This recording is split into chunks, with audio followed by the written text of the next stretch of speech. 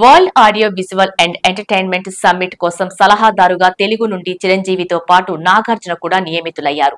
ఈ ఏడాది చివరిలో ఈ కార్యక్రమాన్ని కేంద్ర ప్రభుత్వం అత్యంత ప్రతిష్టాత్మకంగా నిర్వహించబోతుంది. ప్రధానమంత్రికి తన కుటుంబ సభ్యులందరినీ నాగార్జున పరిచయం చేశారు. ఈ సందర్భంగా శోభిత కొండపల్లి బొమ్మను మోడీకి జ్ఞాపికగా అందజేశారు. పార్లమెంటు సెంట్రల్ హాల్లో వీరంతా ప్రధానమంత్రిని కలిశారు. ప్రధాని మోడీని కలిసిన సందర్భంగా నాగార్జున పార్లమెంటు కార్యాలయంలో ఉండే తెలుగుదేశం పార్టీ కార్యాలయానికి వెళ్లారు. ఈ సందర్భంగా అక్కడున్న పార్టీ ఎంపీలు, ఇతర నేతలతో మాట్లాడారు. పలువురు ఎంపీలు నాగార్జున కుటుంబంతో కలిసి ఫోటోలు దిగారు.